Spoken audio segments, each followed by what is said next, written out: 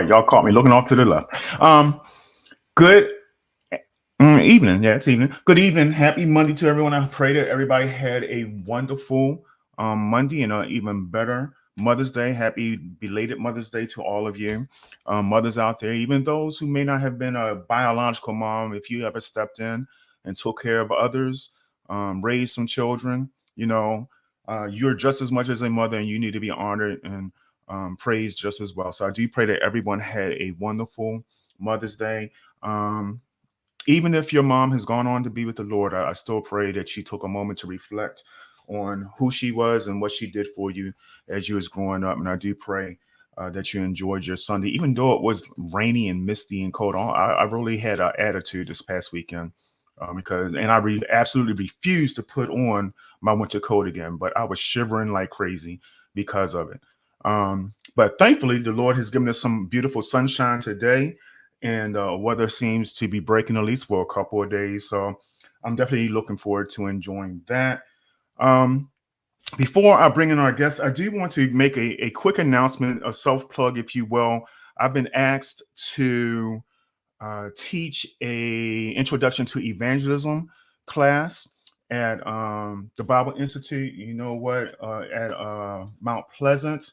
It's going to start June 7th. It's going to be every Tuesday through the month of June, 7 to 9. So it's 2 hours, 7 to 9 on Tuesdays. Would love your support. Would love for you to come join the class. $35 registration, and that will include everything that you need for the class. It will be virtual, will not be in person. So we'll be joining or gathering together to learn about evangelism virtually through Zoom. But you can always go to the Bible Institute Institute and Learning Center at Mount Pleasant Church and Ministries online, and I'll show you the link a little bit later. And I'll also be sharing the flyer as well. But those of you that are interested in knowing more about evangelizing and simply reaching the lost for Jesus Christ, those who don't know him, I encourage you to take the class. We will have a lot of fun. I'll give you a lot of information, a lot of tools, a lot of how-tos, what the word says, the hows, the whys of evangelism. So I do pray that you would consider joining me Tuesday, starting on June 7th, 7 to 9 for the entire month. All right. And I promise I won't be too hard of a taskmaster during that time. All right. Now, with all that being said, I'm happy to bring, first of all, my beautiful queen. Okay. If I can get my mouse to act right, Felicia Renee, to come back with her Avengers shirt on. And I have on my Marvel shirt. That's just because we went and saw, what was it, Doctor Strange last night. And maybe we'll talk about that some other time. And about some of the thoughts that we've had. How are you doing today, my beautiful one? Hi, how are you? I want to say thank you for, I'm doing well because I had a wonderful Mother's Day thanks to you and Savannah and many friends and family. So I'm doing great today. Thank you. How are you, handsome? I'm doing good. Feeling a little rushed. Ran out a little bit more time than I thought I was going to have. But we're still going to have a wonderful time with our guests tonight. I hope so, because I'm still nervous. Even though I did this last week, I'm still nervous. So no need to be nervous. You did wonderful. People have said so in the chats. You did wonderful. aw, thank you. You make it Okay. look easy. I do what I do. All right. So I'll just get myself together here. So I would like to bring in our guest, one of whom you've met already. He was a guest here before. He pastors Kingdom Nation Church. Let me share that screen real quick. So this is some stuff that I would normally have set up already. Boom. Boom. There it is. Kingdom Nation Church. All right. Great pastor, and his lovely bride, Lady Rosen, is also going to be with us as well. Looking forward to having a good conversation. He's a wonderful author. Dying to Live is his book. I keep meaning, when I see him, I keep forgetting to bring the book because I need him to autograph it for me. But this is a wonderful book that he wrote as well. I think that you all would probably want to look at and pick up as well. But let's include Pastor Rosen here. All right. It looks like Lady Johnson, my goodness. Lady Rosen dropped off for a second. Hopefully she'll be back. Oh, there she is. And Lady Rosen. So um I'm prayerful that they don't mind because we're all friends and they know I'm not really big on titles. Uh, so henceforth, Scott and Sherry. No, you must call me. No, I'm kidding. Bro is fine. uh, Boy, yo, anything. I'm blessed to be associated with them. Actually met them through Felicia. They all worked together at one time or another. So how have things been going since the last time we talked? Yeah, things are good. Things Good. are good. Did you enjoy Yeah. your Mother's Day? I did. I had a great Mother's Day. Had it was relaxing. It was rainy, but it was still Yeah. good. Yeah. Yeah. Sometimes I really don't mind having a rainy day, honestly. If I can just lay down and watch a old black and white movie, I'm happy and content. I'm But happy and it content. was cold. It It was was cold. especially Saturday. I Yeah. was really upset. He was Yeah. mad. I was really upset. He was like sending texts to people saying he was mad Because it's not supposed to be that Yeah. cold in May. in May. No, You I know, just say we get a do over next weekend, Felicia. Okay, I hope so. I'm gonna be honest. Anytime you see the furs come out on Mother's Day, you know it's cold. And I saw some yeah, furs yesterday. yeah, it was ridiculous. Yeah, that was strange. Yeah, Yeah. Yeah. yeah. Um, so I do appreciate you all coming back on. Felicia and I had talked about a few things, and we were going to get into different discussions and things like that. I will say, Scott, that um, I happened to catch you on Elevation Media Radio. Mm, Was that? I think that was last Monday, and I think yes, you are going to be a part of was a building and healing together. yes. It's a all white gala. Yeah, on May the 21st, I had the privilege of being the keynote speaker 2 years ago before COVID hit, and I'm coming back. It's sponsored by a company called Sanity and Sanctuary, and it deals with the intersect between basically mental health and spirituality. And I have the privilege of coming back and sharing, and I'm looking forward to it. It's in Towson, I believe. I can get the information and share it with Um, you if well, you I don't mind. did look at. Yeah, can y'all see that? Oh, it's coming up. Do it again. There it's coming up. There it is. Yeah. Okay. So it's going to be at on 300 Udallwood Lane Hmm. on number 2 in Taos. So you can always go to our friends at Cassandra and Placido are very good friends of ours as well. I'm just blessed to know so many powerful men and women of God. They maintained Monday broadcast that wasn't this past or today, but last Monday, I believe it was, that it was on. Something else you all may be interested in joining as well, because we do know that this is Mental Health Awareness Month. Not that we're going to do a whole lot talking about that, but we are going to have some discussion about some things when it comes to couples. Okay, um, so to kind of start off, one of the things that Felicia and I were speaking about, actually, I think while we were out at dinner, we was talking about it. And what was the gentleman's name, Felicia? I forgot his name that Okay. fast. You're talking about the gentleman that just passed. The he's talking about that YouTuber that passed, and he had a lot of Kevin Samuel. controversial things. Kevin Samuels. There Thank Hmm. you you. go. Thank you. Yeah. So we was talking about that, and we were talking about um, Thomas Thomas. Yes. What's his name? Clarence. Chief Justice Thomas. Hmm. Clarence Yeah. Thomas. There you go. My mind's going to catch up in a moment. I Um, get it. Okay. about because he was the only one to vote against releasing the records of President Trump during this whole investigation, and we later found out that um, his wife had been sending a lot of texts to some of the higher Mhm. ups and that she definitely was a Trump supporter and things like that. And it rose a question of, did he vote against it because he was trying to protect his wife? Was he, or was it truly something that he did um, because it's what he believed to be right? I think majority of people think it's about him defending, if you will, his wife, which raised the question: is there a time when the defense of your spouse is incorrect? And I was wondering what you guys may think about that. Hmm. Hmm. Lady, Is that too hard at the beginning, at the top? Listen, I don't know who wants to jump in first, but go ahead. You jump Lady. in. I'll jump in.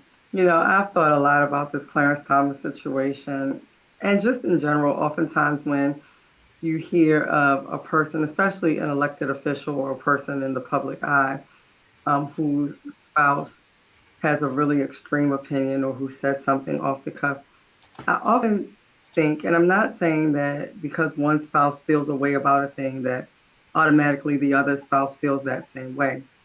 But I do think that sometimes when the spouse speaks, and more often than not, it's the wife that's speaking and making a comment that perhaps may be off the cuff, that we are getting a glimpse into their kitchen table talk or their pillow talk, so to speak. And so I don't know that in this case it was necessarily even him defending her or him defending them. I think Hmm. that sometimes, again, we get a glimpse into how a person really feels when we hear how their spouse responds to things. And who you choose as a mate is a great reflection on you. Again, I don't take responsibility for everything that my husband says and does, and nor should he take responsibility for everything that I do and say. But I do think it is telling that she was that bold and that fearless in her stance. And so, yeah, I think he went too far. He didn't do his service as a Supreme Court justice, and I think we got a glimpse into really what he thinks as well as what they think. Okay. Well, I think there's a couple of things that we have to consider, and I think one is, and one they piggyback upon the other, and that is that in a marital relationship, you cannot discount the power of influence, Hmm. the influence that a spouse has over a spouse. And if I could go in more detail, particularly the influence that a wife has over a husband. I think we see that evidenced in the Garden of Eden. When it was, of course, we don't have to make this theological, but when We you do. all made us eat the fruit, we were trying to do the right thing, but y'all made us eat the fruit. But I think it speaks to the power of influence that a wife has over the husband. And so in this case, you know, um, his decisions, I believe, are shaped and framed, regardless of how professional he tries to be or tries to present himself. You can't help but have some level of or be impacted, affected by your spouse in everything that you do. I know even in ministry and life, in my preaching, in my ministry, I even it's not just by osmosis, but I proactively ask her opinion, her perspective on many things. And I believe that it just naturally, innately comes out in what I do and what I say. Of course, I follow God, but Hmm. I do believe that it's just a natural progression. And I think, at the end of the day, we as mature people, I venture to say believers, we have to be able to stand for what's right and not just who's right or who we're connected to. Hmm. Good. I Well said. agree. Anything, my queen? I agree with everything that was said, and it's funny. I when we were talking about this, I remembered something that Bishop had said to us when we were in our marital counseling when we first got married. We talked about, and I thought it was a trick question. He said to me, "When do you not follow your husband?" And I was like, "This has to be a trick question." But the bottom line was, you follow God first. And I'm not sure if that's what happened with with um, with Clarence Thomas. I don't feel like it did. But then I'm trying not to be in a place of judgment, but I understand that connection that Scott was talking about the influence that a wife can have over her Hmm. husband. I agree. I agree. Yeah. Um, but at the same, no, we didn't make you eat the fruit. I disagree with that. I But don't at know. this, No, but at the sure. same, I know. But at the same time, yes, we do have influence, and actually, spouses have influence over the other spouse. But at some point, and I think this is why we were talking about it, Mark. Where is the line drawn when you say, "Okay, I know you are my spouse, and I know I'm supposed to protect you or defend you or honor you or whatever the situation is at that time," but at this point, I cannot do that. I feel like if he only did it because he was protecting his wife and in a looser way protecting himself because that's his rib, then I'm not sure if that was right. He's supposed to be honoring God and he's supposed to be honoring the law professionally. So it makes me raise an eyebrow. It just raises the question, why did he do that? Was it really what he believed, or was he just protecting his wife? Which I don't know. That was the whole conversation that we had. So, Mark, I what do you? think if I can, Oh, oh, go ahead. if I can just add my 2 cents, I think that for all of us, even on this line, um, regardless of the magnitude, we all have a machinery that that functions. Sometimes the machinery can overshadow even the details of like relationship. And since we're keeping it real, and it's not that we're dishonest or lack integrity, but sometimes the machinery dictates that we say some things, or the machinery dictates that we not say some things because of our place in the machinery. He may have a strong a conviction that says my wife was wrong, or he might have agreed with her, that she wasn't wrong because just reading a little bit about them, they did have similar views even before they got married.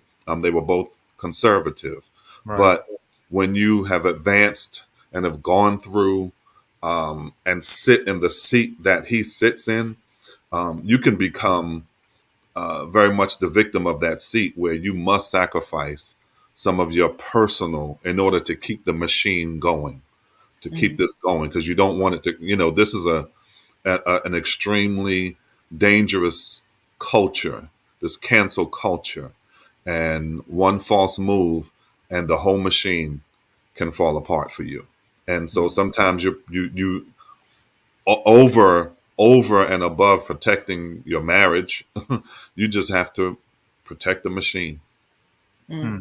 that's a good point. That's an interesting thought, because I do wonder.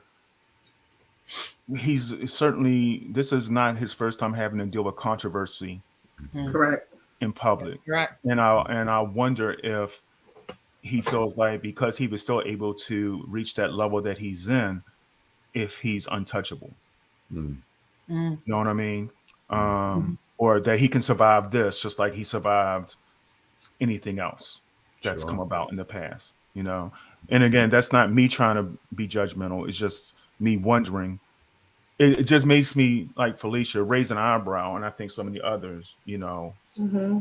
What is your motive? And we all know nobody knows a man's heart but God. you know but what was really the motive from the outside looking in? Was it because he was trying to protect her, trying to protect himself, trying to protect the country, if you will. What was his motive? You know, um, I Hmm. did when it came to the spouses, and just wanted to frame this for a second. Oh, I didn't mean to do that. Just to frame this for a second. Um, Post some scriptures because you know me. Anytime I got a question, I go to the Bible and try to find out what Word of God may be saying about it. Um, so just two quick scriptures, and maybe this will help frame our thinking a little bit. I don't know, but the first being Matthew 19. 5b through 6, it says, "For this reason, a man shall leave his father and mother and be joined to his wife, and the two shall become one flesh." And we've all heard this before, especially if you've gone through counseling or anything like that. But 6 says this, it says, "So then they are no longer two, but one flesh. Therefore, what God has joined together, let not man separate." So when we are thinking about, you know, the laws of the land, those are the laws of man, if you will. Should that separate? And by no means do I ever consider myself to be an advocate of the adversary, but to give a different side of it or a potential thought about it, is going above man's law more important to honor our wife, honor our spouse, if you will. Okay. Um, Well, I, in Ephesians, it says 5:28. So husbands also love their own wives as their own bodies. He who loves his wife loves himself. Um, so again, it emphasizes one flesh, and you hopefully, if you are sane, you're not going to do anything that's going to hurt yourself, or that simple spot where you're not going to hurt yourself, if that makes sense. Any thoughts there? well, I mean, I think that we don't become, we don't stop being one, but the scripture also tells us that we are to obey the laws of the land, and you render unto Caesar that which is Caesar's. And I think your job is your job, and your marriage is your marriage, and they're different, and they're not enmeshed, they're not intertwined, and I think that's why we run into sometimes a lot of problems with politicians and elected officials for that reason. Your marriage is your marriage, but you've been elected, selected, appointed, and paid to do a job, and that is different from your marriage. Well, in the spirit of keeping it real, um, what about this issue of being ride or die? Bonnie and Clyde. Live together, we die together, we ride together. Hmm. Whether it's right or wrong, we just are one. Yeah. And if we going to mess up, we're going to mess up together. If we do right, we're going to do right together. But we're going to do this together. Is that principle important? You know, even the Bible teaches us, I think it's in Genesis, is it, maybe, I forget, when they were building the Tower of Babel. Hmm. And the scripture says, and because the people were one, there was basically nothing that they could not do. And I think if you are a couple and you're trying to accomplish something, and remember, I'm speaking in principle, I'm not assigning a value to it, good, bad, or indifferent. If you're a couple and you're trying to accomplish something, good, bad, or indifferent, if you are one, even the Bible says there's nothing you can't do based on that principle of oneness. And so, does that principle override, you know, the law of the land or whatever that may be? Like, which one matters more? Hmm. Well, I mean, I grew up during that time of is ride and die. It's like, so I don't know. That still lives within me. It's like it's me and you until the end. Me Um, and you against the and world, babe. yeah, What's going on? it's just us. And we You know, do our dirt together and we yeah, celebrate together and we, Yeah. Interesting. Yeah. Yeah. I agree. Um, but at the same time, I'm not going to say that we got to just that because then are we then thinking as long as it's going to benefit us, it doesn't matter about anybody else or how it affects anyone else. Mm-hmm. If that you know what I mean.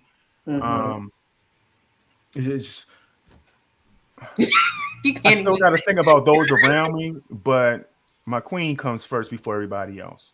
You know what I mean? And since I mean we are in ministry, it even comes to the point of if there's something that's going to be really detrimental, unless I know for sure that God has called me to do a particular thing. I'm always going to. My ministry starts at home first. She's my first ministry. The other ministry comes second for me. Yeah. You know what I mean? As long as it's not going against what I know God has called me to do. Hmm. Well, I think I saw this comment said ride and die isn't oneness, but it is. And I think when the problem is when you make bad choices and bad selections, and you make choices based on the foulness that you see and know, and then you still follow through with that choice, then that's when you run into um, that issue of, oh, I got to get off this. But if you never got on it, and if you were fully aware and really made an informed decision, you wouldn't have to make that choice because you would be on the same page. Again, Hmm. it's not an issue of value; it's an issue of agreement. Hmm. It If we truly agree, is. huh? It's, If I we said I was agree, agreeing. I said it truly is. yeah, yeah. If we agree that we're gonna rob the bank, it's wrong, but we both agree. We're gonna hit the same bank at the same Yeah, time. we agree, and there's power in agreement. It is.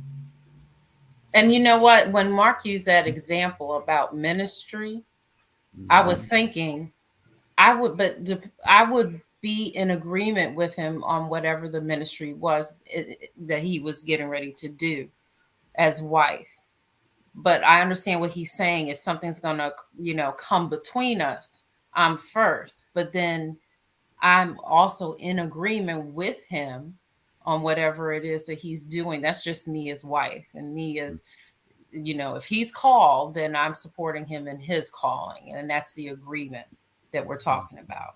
And I, When we talk about ride or die, what came to my mind was a house divided. Is, that's, to me, that's the opposite, and we can't be divided on anything, whether it's robbing the bank or it's ministry. Mhm.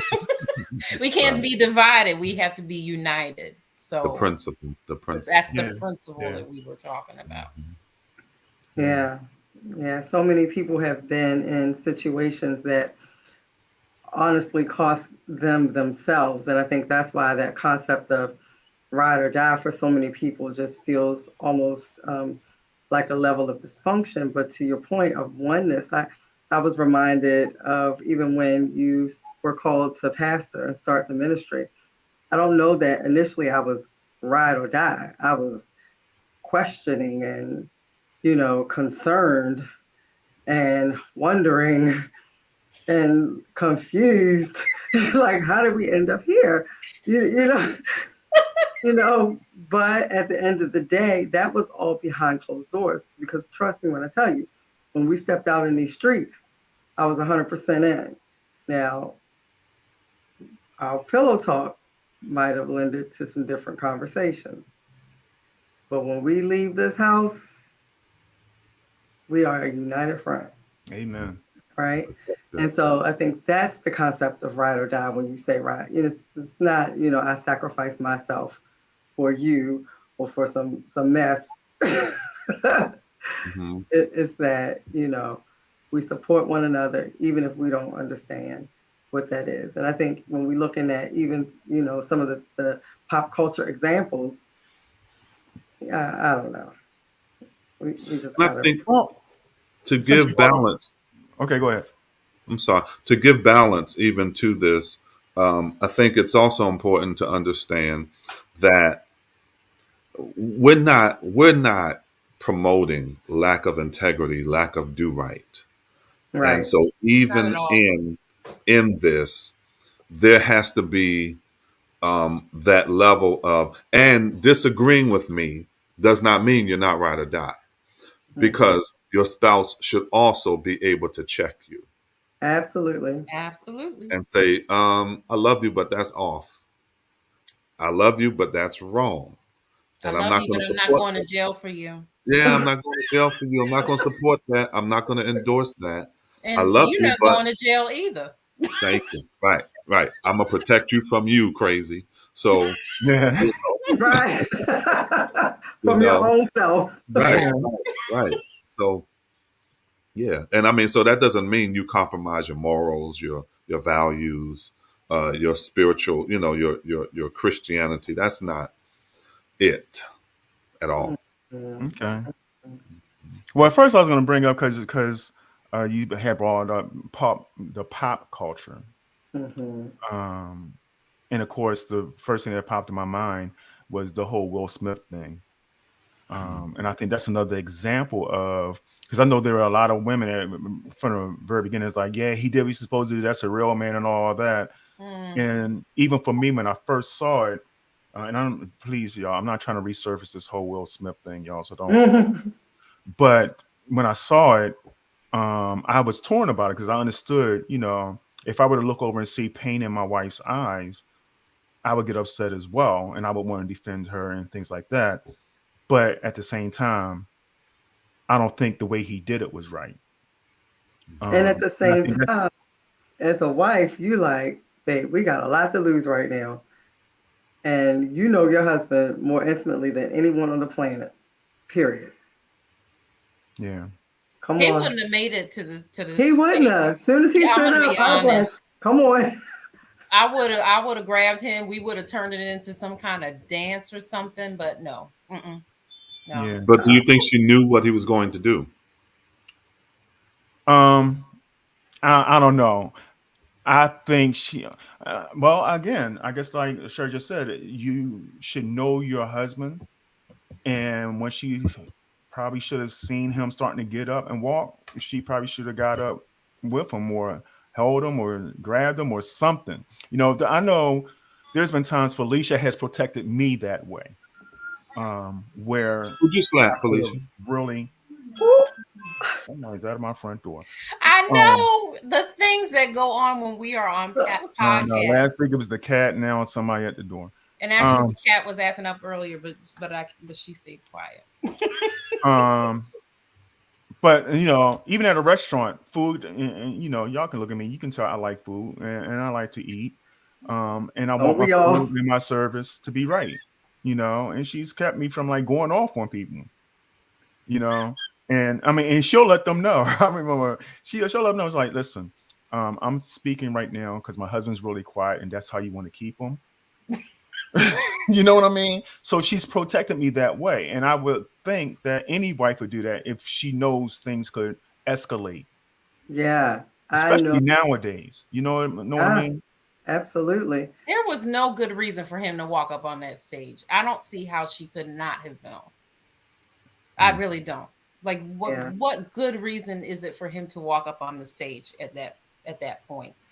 Hmm. I Well, again, I didn't want to bring up that whole thing because it's finally died down. But I think that's yeah. an example of perhaps of that ride and die going too far, or is it a question of the right time at the right moment for the Mhm. right reasons? You know what I mean? Mhm. I I think kind of everybody feel like, agrees, yeah, that could have been done in a different way. If he really felt like he needed to protect her or defend her, he could have just did it in a different way. Obviously. I'm sorry, did I cut you off, Scott? no, no, no, fine. I think it was a selfish culminating moment for him. When I say selfish, I don't. Maybe the better word is self-centered. I think he was probably at that point protecting himself more than her.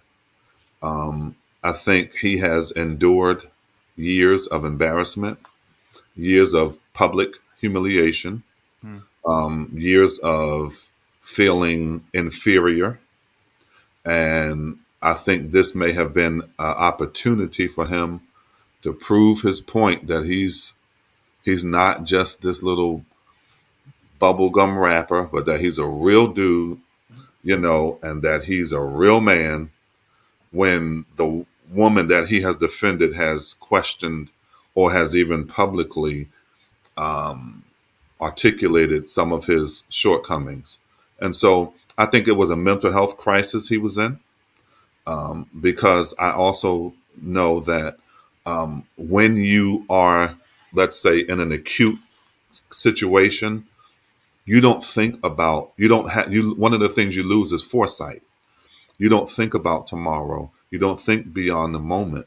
You think about how you feel right now. You see red, and that's all you can do. You don't have any else to draw from, Right. which was why he was able to slap that man, sit down, continue talking, get up, win an award as if it did not happen.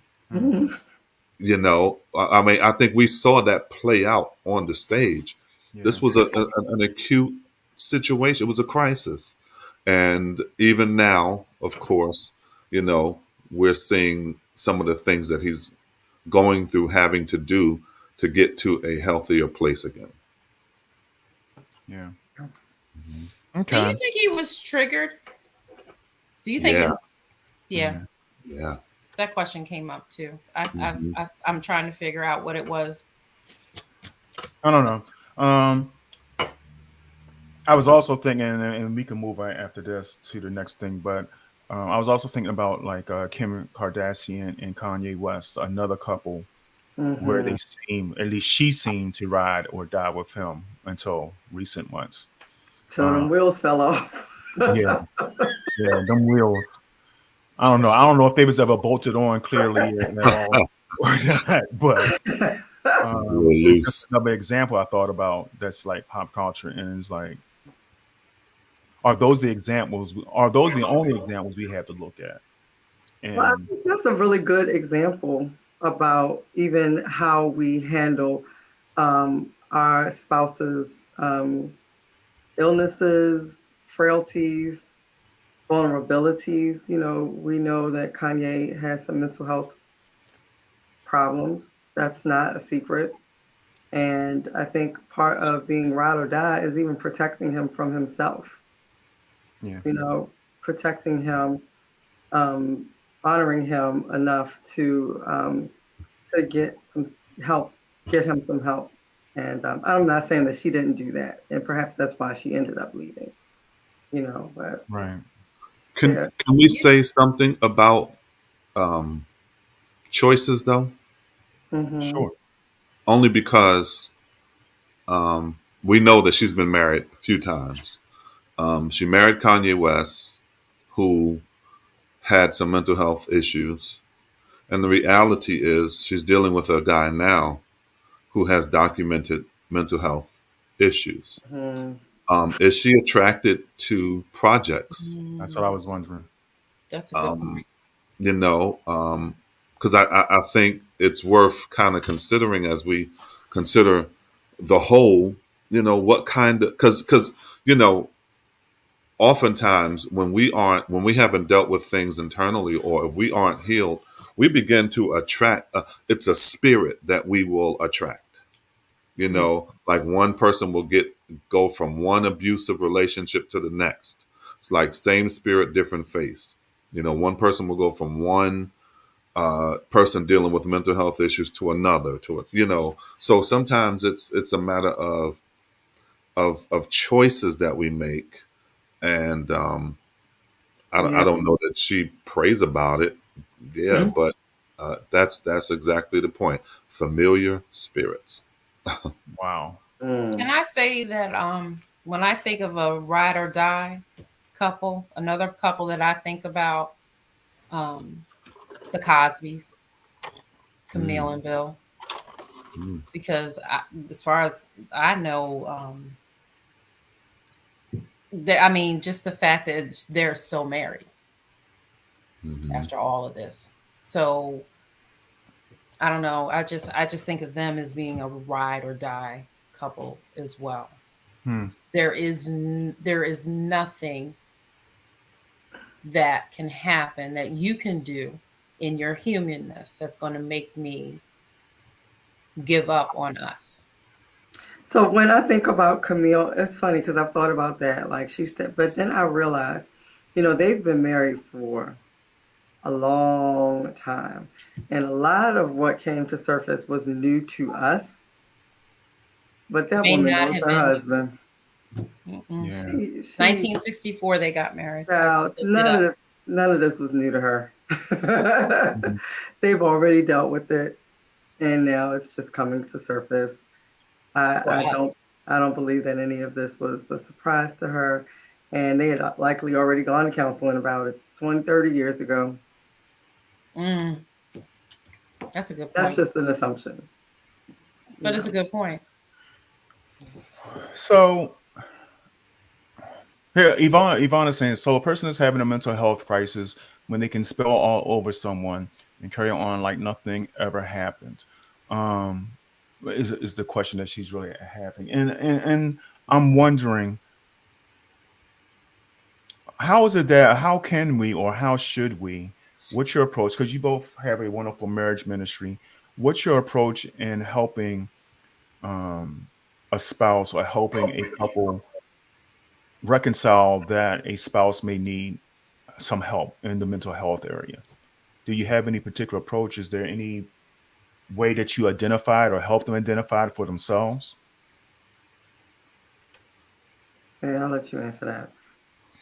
Well, I think um,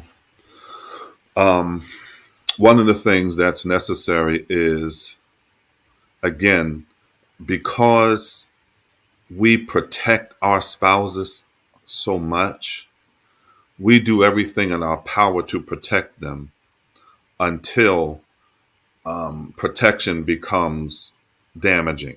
Mm-hmm. And at that point, you need to bring someone else in with maybe some level of influence or power over your spouse that will convince them that they need help if they're not convinced by you. Sometimes ultimatums, um, the takeaway, whatever it takes, that is needed. I think those are the methods you should employ in order to get your spouse to a place of healing and wholeness. I think it's no different from a medical crisis. Mm-hmm. If your spouse is having a heart attack and he says, "Don't call the ambulance, don't call the ambulance," Hmm. you're going to call the ambulance. You know, if your Hmm. spouse is having a mental health crisis and he's like, "Don't tell nobody," because of the stigma, because of whatever, the case may be. If you love them, you're going to do what needs to be done to get them some help.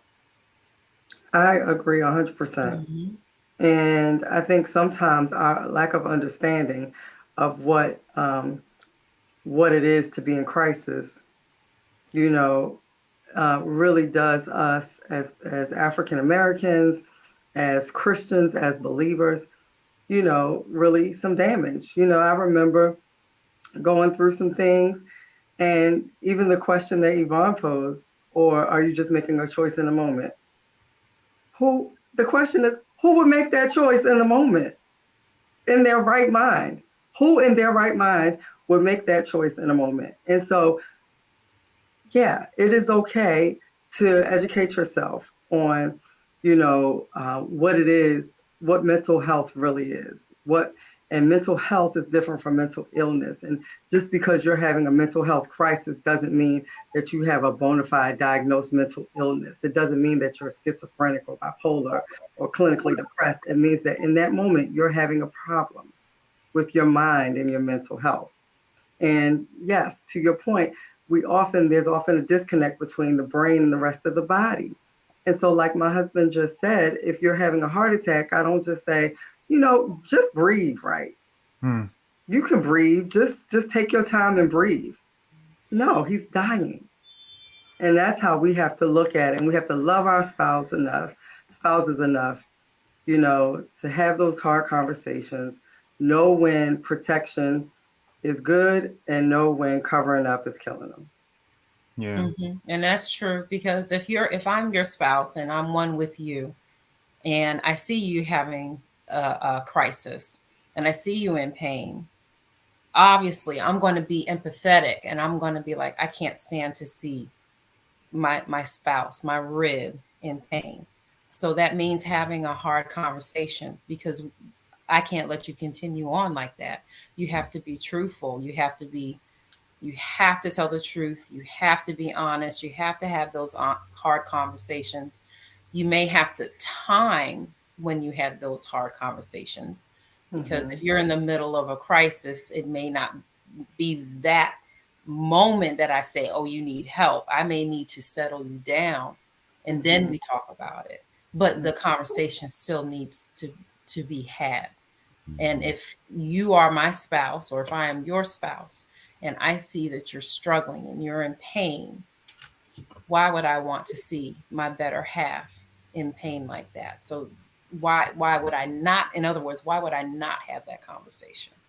I would have that conversation. May have to time it, but the conversation is going to have to, we're going to have a hard conversation.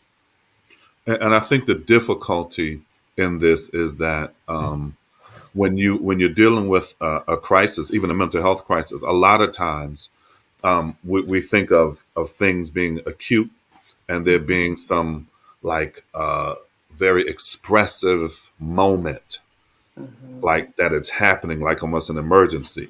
But a person can be in mental health crisis for weeks, for That's months, true. and it can be quiet and over time.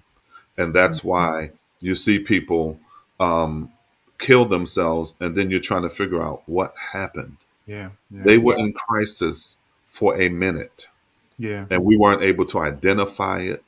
We weren't able to acknowledge it, because unlike other symptoms, if I have a heart attack, I'm gonna grab my chest, my left arm's gonna hurt. But if I'm having a mental health crisis, I can very well be quiet. I could very well act normal around people, and then go by myself and break down. I've been Right. there. Then have Hmm. all of these horrible, extreme thoughts swirling around in my mind, and nobody ever sees my thoughts.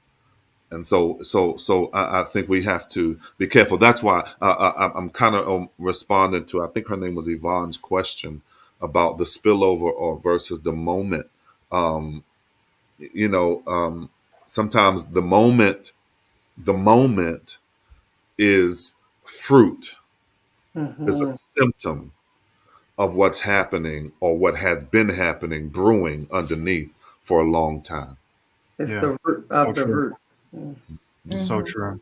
Because very rarely do you have a crisis without something leading up to it. It doesn't just happen just Right. like that. Very rarely. Lots of times it's been building, it's been simmering, and then what we see is the end result of something that's been going on for a long time. So I agree with that.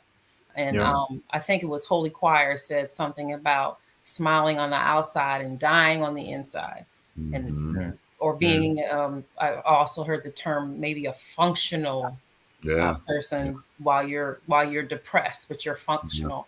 Another person, and I'm thinking of my cousin, she's always talking about masks. You're wearing a mask, and the mask is your smiling face, but then at the same time, you're just wearing that mask for your, the people that you're interacting with, but the whole time behind the mask, you're in tears and you're crying, and it's very rarely something that just happens just like that. You're dying to live, babe, right? Yeah, absolutely. That's the book. Huh. Which is Mm. why I think, wait a minute, honey, babe, I'm sorry, babe. I think you have to, it goes back to marriage. You have to be connected to somebody that knows you, discerns you, and understands you. They're not fooled by you. They're not tricked by Hmm. you. You can trick the masses, but your spouse, you can't fool them. Mm. You can't Mark trick will tell you, I can't fool him. I try. I still try after 25 years. And he them. looks at me, he's like, I'm sorry. It's 30 years. Yes, we've been married 25, but we've been 25 together years 30 years. married. Okay, I And apologize. I I'm going want to give you credit for credit the for 5 years. full time You service. want the, that's I right. want credit Full for time, full time sir. service. So it's been 30 plus years. But he says that, because he can look at me and I could just walk in the room and he's like, "What's wrong? What's with it?" And I'm like, "I'm fine." He's like, "Felicia." I can look at you and tell. He knows Mhm. me, and I'm the same way with him. Babe, what's going on? Hmm. That's how, and then that is something that has happened after 30 years, dear, of being together. Mhm. Yeah. Absolutely. Absolutely. Yeah. Absolutely. I really do believe that God gives us spouses to not just bring out the best in us, but to bring out the worst in us so that we know what we need to identify to get better at. You know what I mean? I Mm. really do believe, because I don't believe I would have grown up and matured if I had not met the woman that God gave me, Sure. you know? And Yeah. I only identified those things I fall short in because of her. And Mhm. when you say you love someone, once you identify those things, you want to fix them. You know what I mean? And Yeah. it can't just be a hollow "I love you" anymore. Because love takes work. It takes some time. Mhm. You know. Absolutely. Absolutely. I've never thought about it. That's a really good perspective. Um, because nobody can show you like your Mm-mm. spouse. You walk around here like I'm gonna call somebody so they can fix him, and then you turn around like, wait a minute, I'm the one that need fixing, Yeah. Yeah. or I need fixing too. You know. Oh, So absolutely. I yeah. always say, and I think I shared that when you all invited us to one of your sessions, your marriage counseling. It wasn't counseling, but Marriage marriage matters. together. Marriage And matters. yeah, it was like I always say, I would always pray to God about her, but He would always be like, "Okay, I got her. What about you? What you going to change? What are you seeing within yourself that Mm. caused this to happen?" You know what I Mhm. mean? So it's like He always shows you before He even, because it's easy for us to always see the faults in someone else. Yeah. Mm. It's hard Hmm. for us to see it in ourselves. It really Sure. is.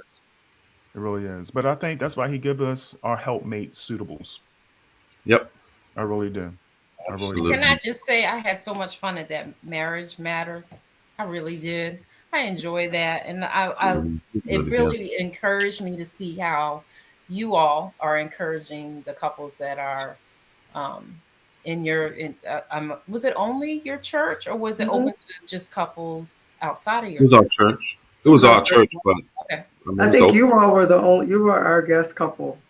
Mhm. Okay. Huh. But that was just I mean, it just warmed my heart because it was something that you could do.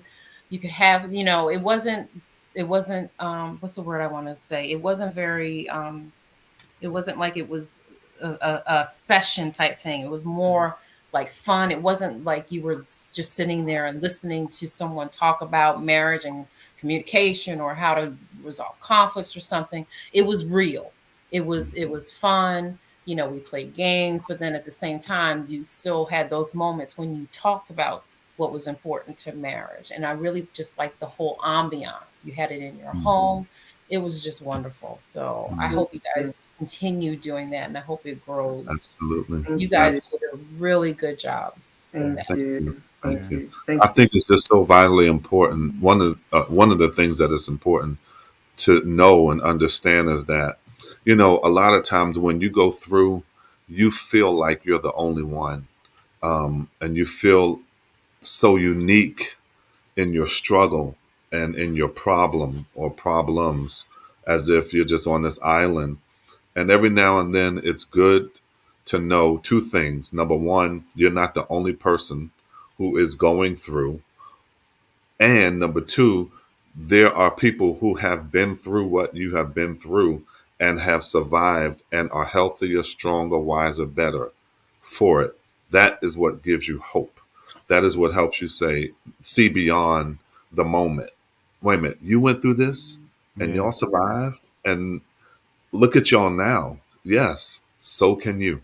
And Yeah. that's what I like to express to people. But that's has always been the most valuable thing when I've been able to get around other men of God. and see them going through things, or they let me know they've gone through things, it's like, wow, I thought I was the only one that had those thoughts, or I thought I was the only one that, was struggling with that area or whatever. And when they're transparent like that, that has helped me grow so much over this last 20 some years, being in ministry. Mm, So yeah, mm, being transparent, keeping it real is what makes a difference. But some Absolutely. Um, people cannot receive that. I will say that. And it really kind of shows you where that person is. Because if someone's sharing with you and they're like, oh, okay, well, I'm going through this in my marriage. Let's just say let's just say it's finances, because finances can be a big thing. If someone says I'm going through financial problems in their marriage, and then you start to share with them and relate with them, oh well, if it was Mark, well, me and Felicia, we had a time when we did that. Sometimes I realize and I'm learning that I can't always share my story with everybody.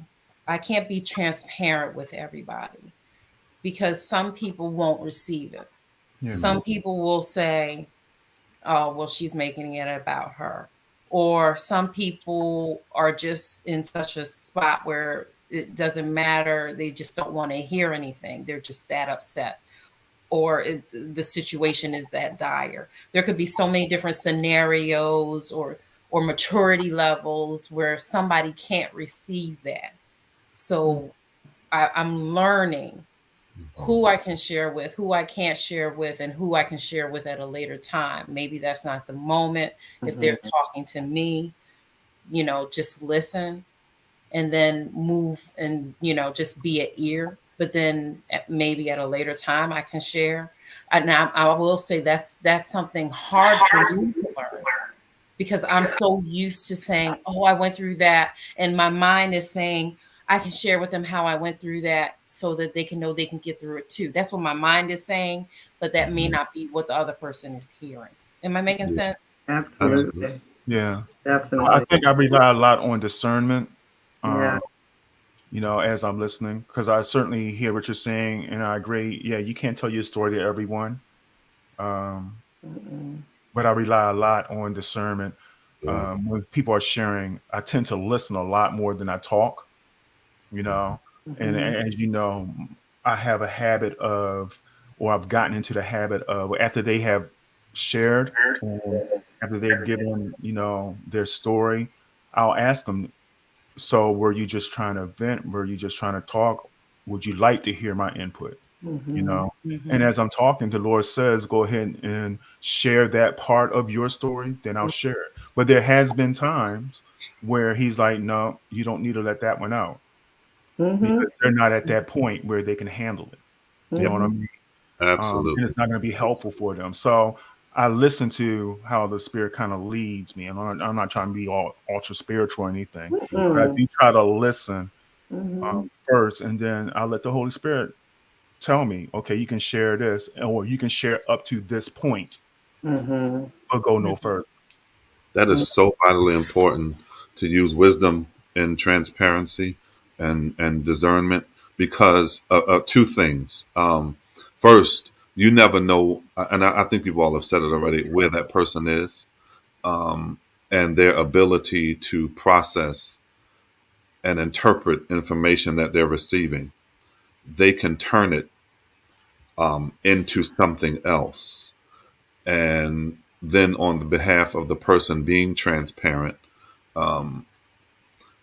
you have to know, read the room. They say read the room. You got Yeah. to be able to read the room because I'll say it like this: I've seen a lot of manipulation happen in the name of transparency. People will throw things out there as bait, to see who's going to bite. And Hmm. if you're dealing with, a certain issue, a certain weakness, whatever the case may be, a struggle, whatever it is, sometimes the point of transparency is to see who's with me, who's Right. who's going to get on this train with me. And so you really have to, be true to yourself. And even when you share, you have to be very careful of not just what you share, but when you share it. You know, you can't share things. One of the worst things you can do is talk about being delivered from something that you're still in. Sometimes you have to be quiet until you're out of it because you really can't walk people through it because you still trying to get through it yourself. And so we get excited with maybe a small victory, but we have not reached the destination. And you have to be, sometimes you got to travel that road by yourself. Don't write a book. Don't start seminars because you've had a week clean. You know, Hmm. no, you gotta, you don't do, go on a book tour or start a Right, whole right. ministry because you got 2 weeks under your belt. No, not yet, not yet. There are some pitfalls. There are some things in the road that you have not encountered yet. And so when you share is as important as what you share. Yeah, you said that Sunday when God, sometimes God will even give you, will shut something down for a season. Hmm. He will close up your ability to produce and to share and to give birth for a season, Hmm. until He's ready. Oh, he's ready. Yeah. Absolutely. Yeah. All That's a right. word.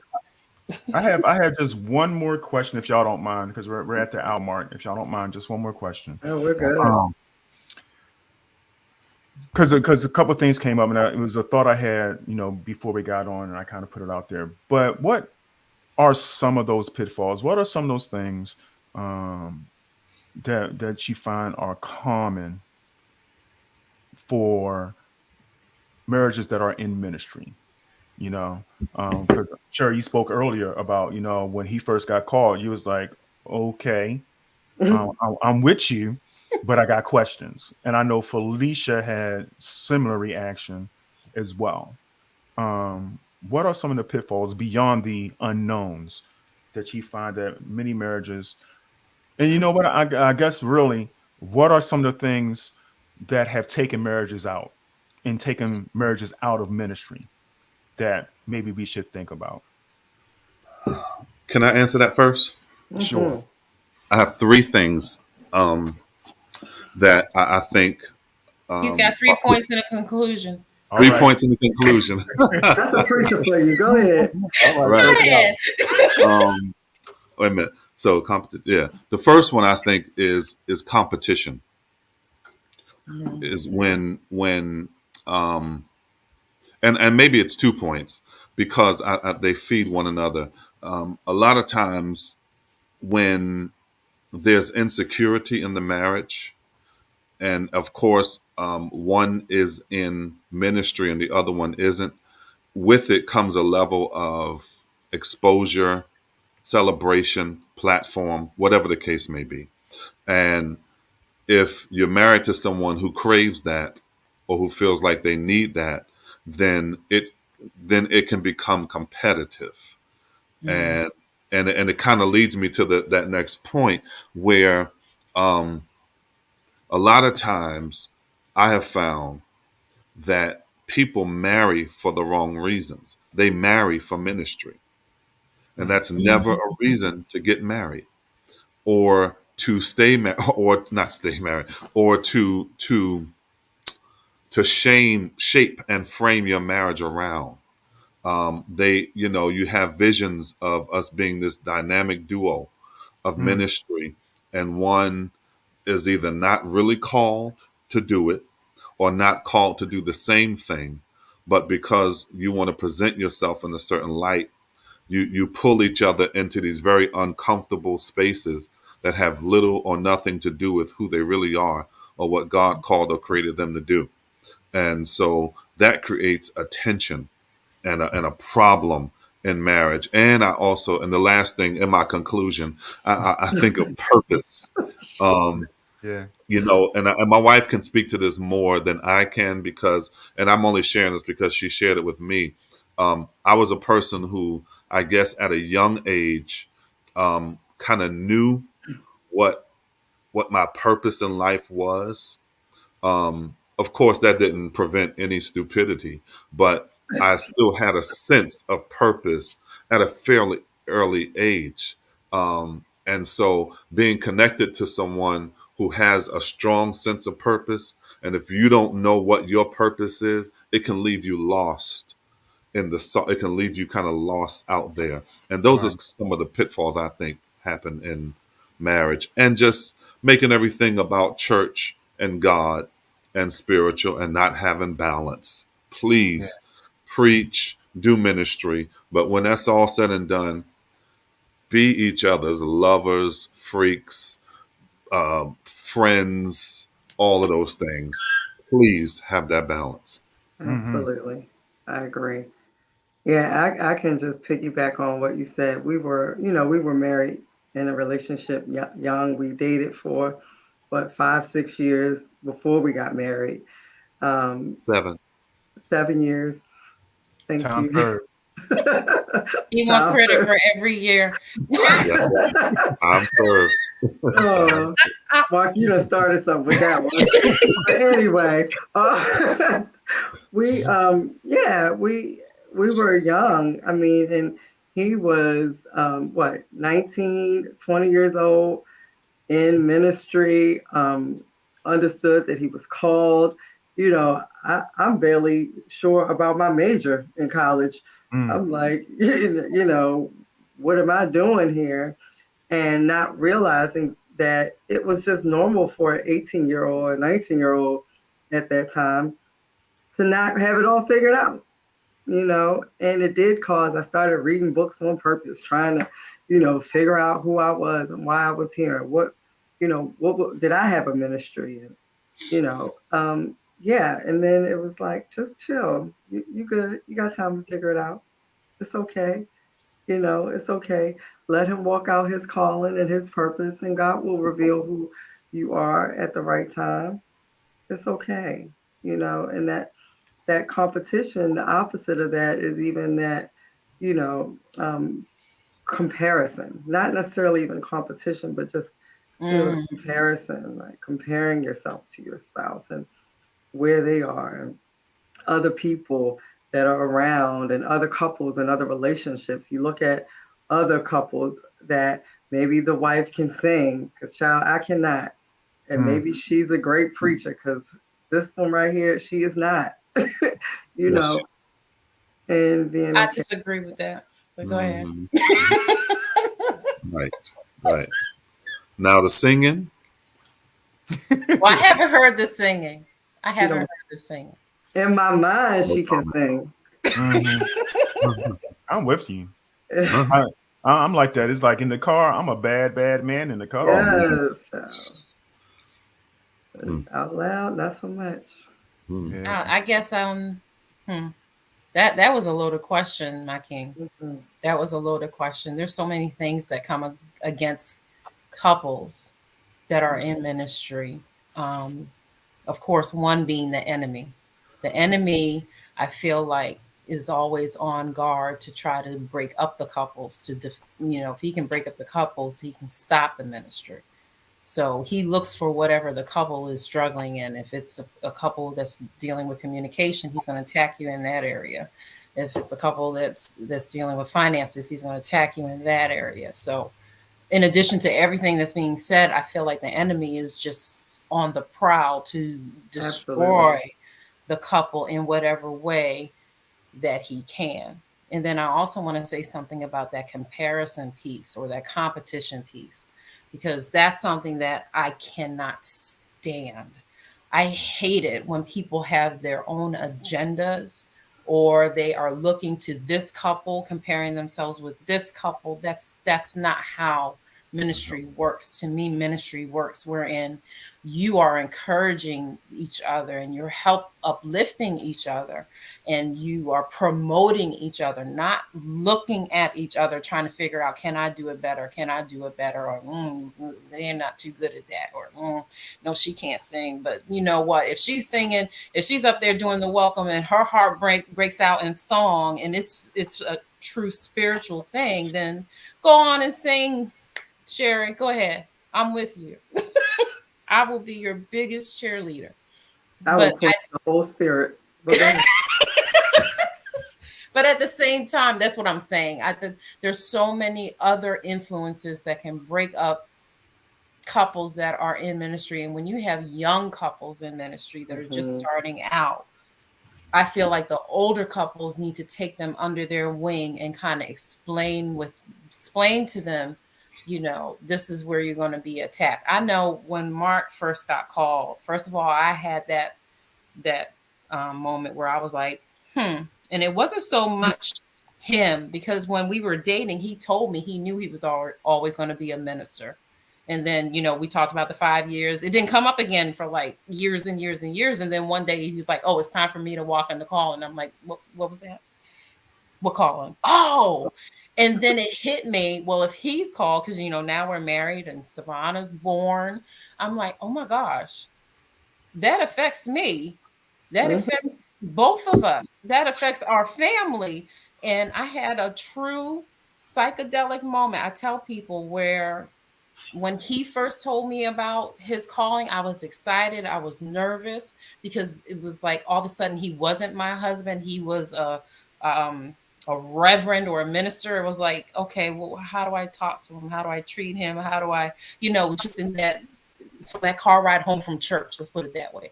But then the next time that I went, I think I was washing my hands and I looked in the mirror, I had a psychedelic moment where I don't know if you can think of a horror movie or something where the hallway gets really long and then it comes back. I had one of those moments where it hit me. That includes you. And I was like, oh. And I literally said to God, but do you know me? Because I didn't sign up for this. You have some people that are looking for spouses in such a way, but I was not one. And I actually looked in the mirror and I said, God, do you know me? Do you remember, who I am? And he said back to me, do you know me? And I was Mm. like, that was a word. So Mhm. those kinds of stories are Mhm. things that we need to share with those young couples who are coming up in ministry. Like, I don't think I can do this. I didn't sign up for all this. I just liked him because, he was cute and, and he Child, treated I was me. attracted to him because he was good on them drums. I thought that was really cute. I didn't sign up for all this.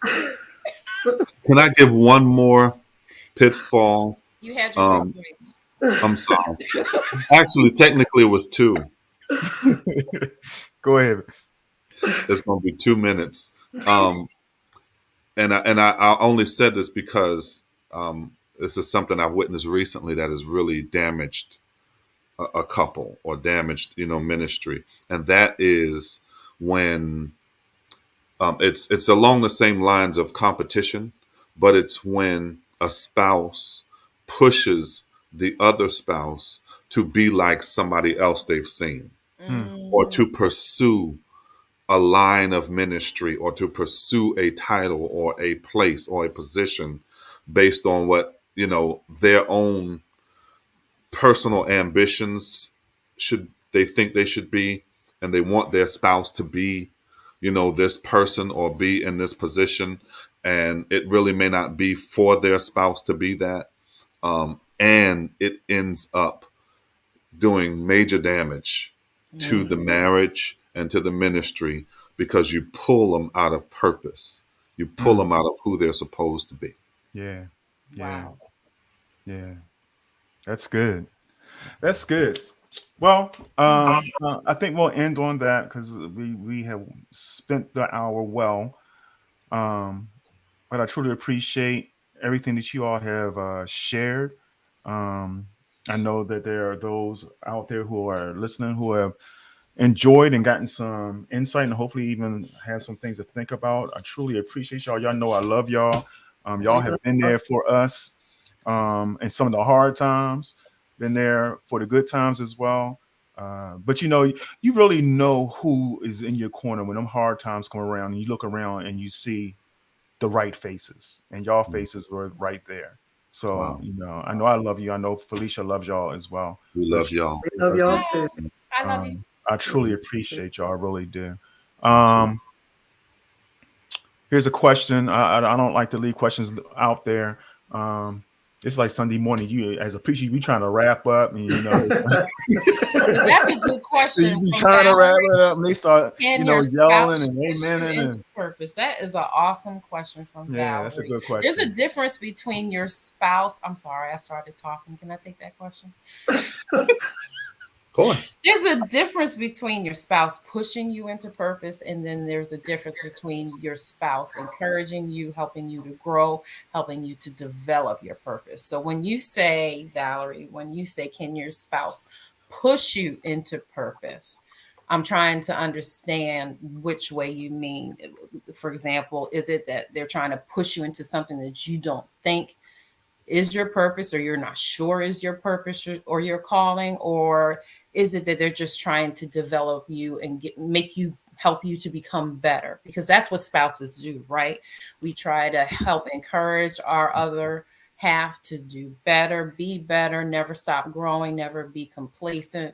Is it that type of pushing, or is it more forceful, like you better do this or you better do that, and you better sing on that choir and you better enjoy it, So when Hmm. you ask that question, that's what came into my mind. I'm not sure which one, but sure the ministers will say something about that. There's a difference between helping your spouse to grow and then being pushed. What I your think thoughts that about that? I think the caveat, and there's a word in the question that's missing that needs to be inserted, and that is the word your. Can your spouse push you into purpose? I think the question, we have to start with the question, can your spouse push you into your purpose? And I think that is the starting point. And what happens is your spouse cannot define your purpose. You must know your purpose first. Then it's their job to get behind you and push, support what you are aware that God is calling you to do. Your spouse cannot call you.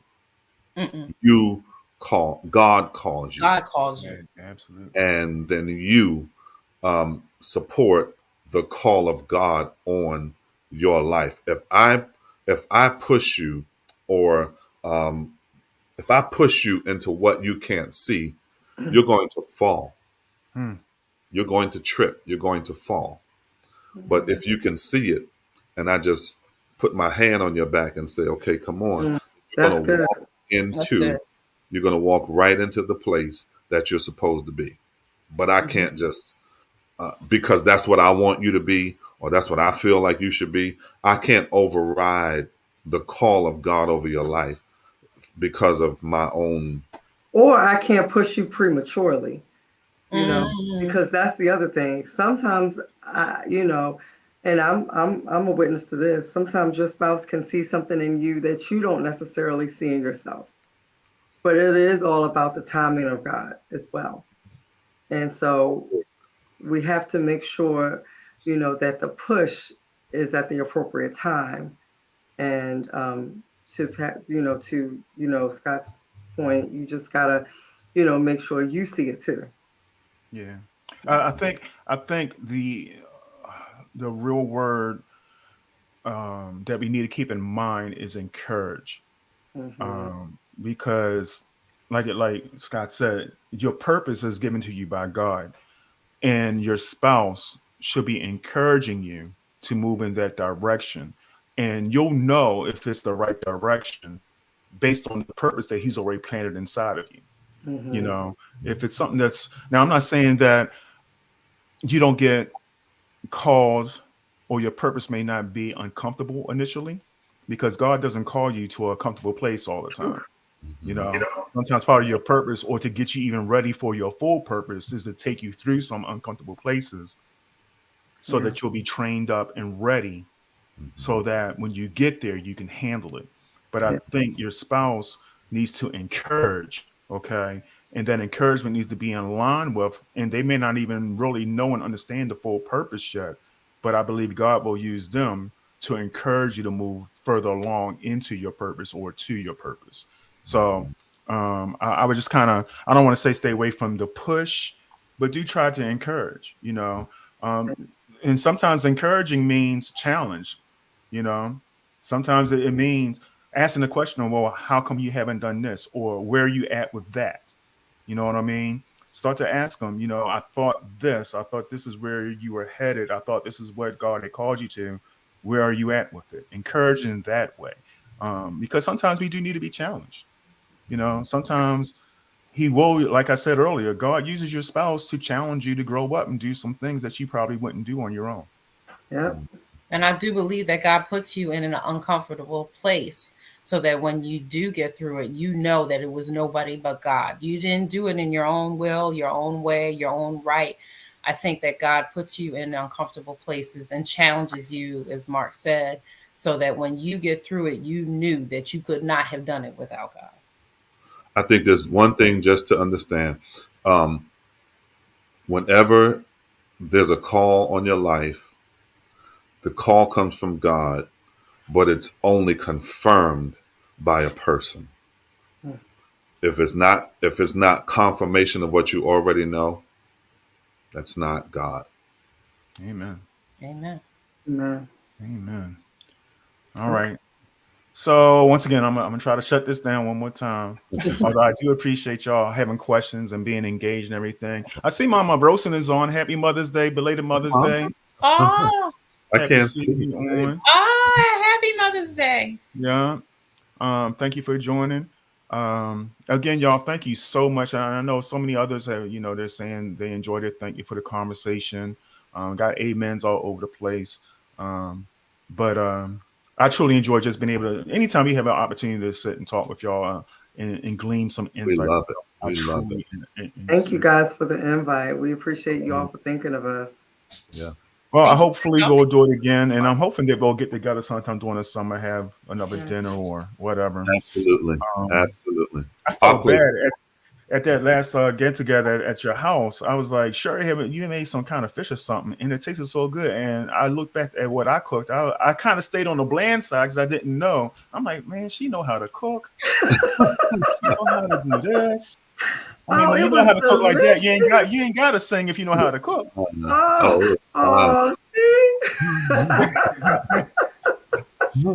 It was So I fine. just Just for wanted to, that. Just for that. I'm gonna cook for y'all again. yeah, yeah. I'm all about that. Um, so again, hold on just a second, y'all. Uh, everybody, once again, I do. Wait.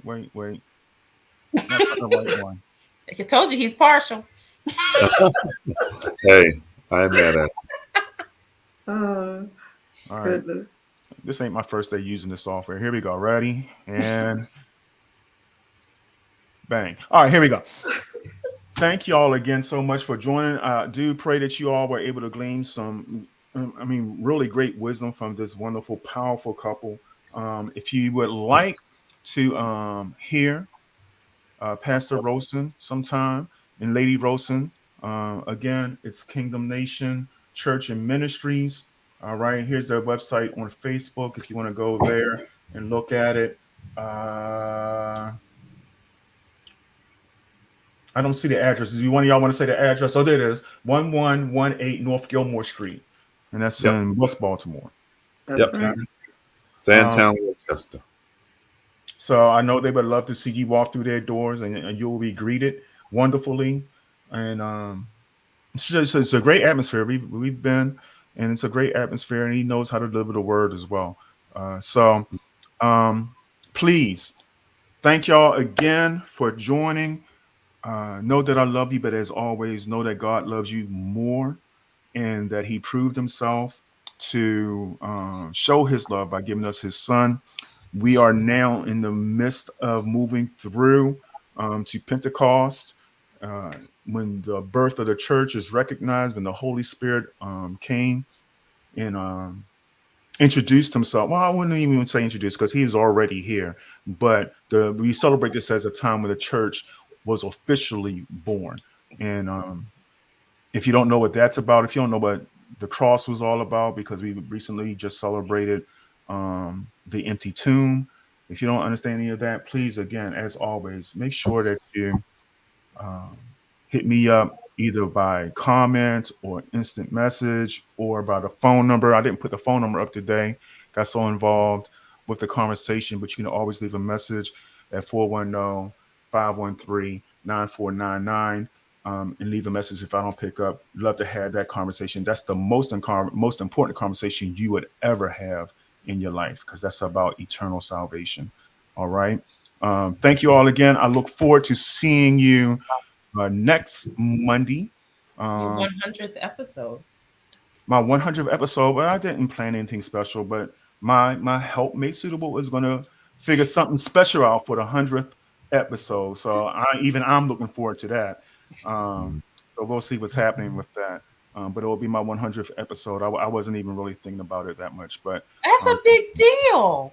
I agree. I agree. We'll do something special. All right.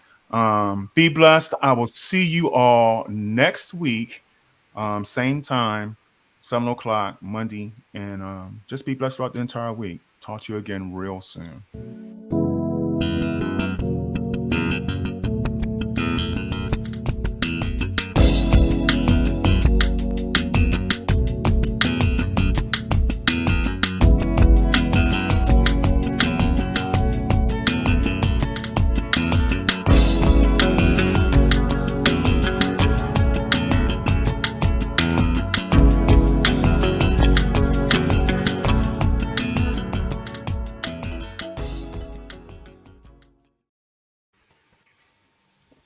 Bye bye.